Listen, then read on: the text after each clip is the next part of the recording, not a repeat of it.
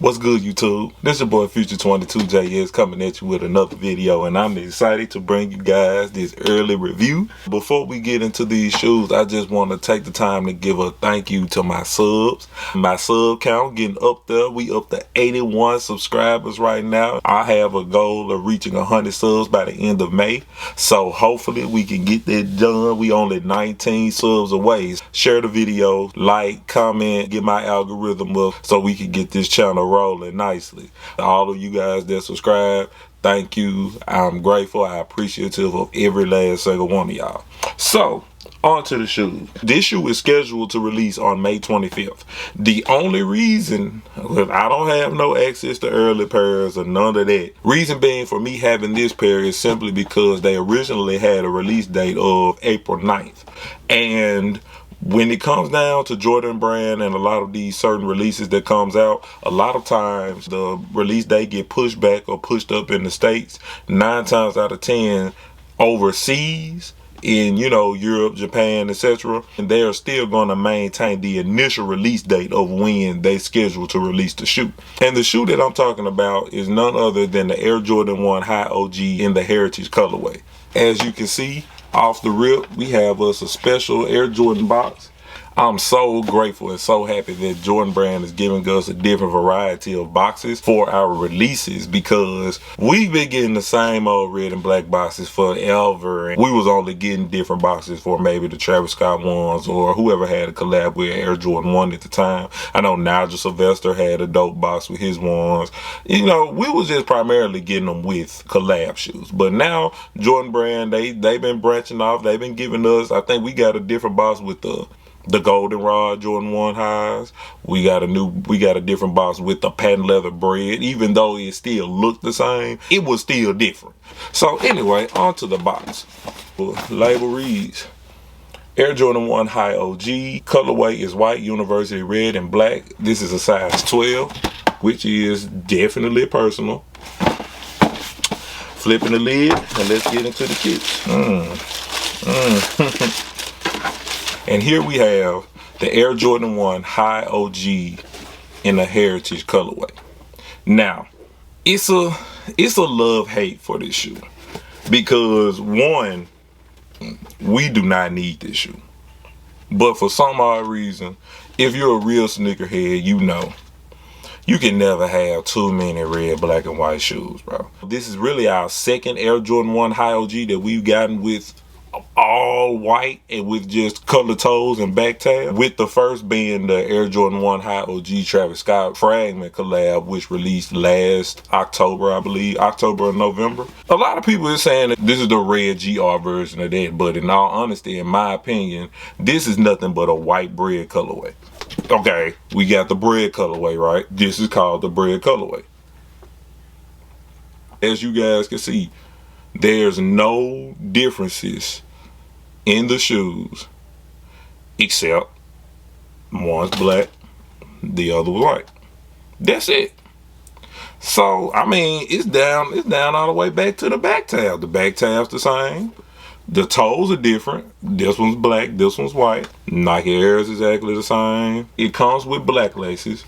And we have a spare pair of white laces and a spare pair of red laces, to give it a little variety. Like I stated earlier, a lot of overseas authorized Nike retailers, a lot of times they still maintain the same release date that Jordan Brand initially released. I secured my pair off of a site called Offspring. Now, Offspring is just one of the various overseas sites that you can use to purchase shoes with. But I'm just going to keep it a buck with you guys. Overseas, they have it, but their shipping's different. You're liable to pay maybe $35 minimum to maybe $60 in shipping if you get shipped overseas. In my eyes, it's kind of worth it, because once these come out in the States, of course they're gonna sell out. Everybody gonna chew them up. It's red, black, and white. You can never go wrong with red, black, and white. And of course, it's a Jordan 1 High.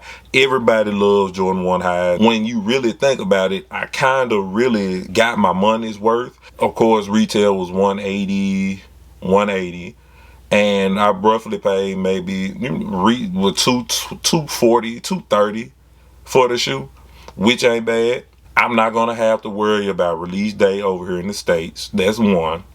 Two, it's early. I got it early from an authorized Nike retailer. That's two. So it's a win-win for me. But all in all, if you're a guy and you have Chicago ones, if you have Homage to Home ones, if you have the track red ones, if you have bread toe ones, it's so many red, black, and white Air Jordan ones that's out there. This is literally not needed at all, but it's still dope to me. Just because I'm saying this from overseas don't mean that it's easier, don't mean that they're going to guarantee your pair just because you're paying extra for shipping. I'm not saying that at all. What I'm saying is that if you want to purchase from overseas, you're going to have to pay.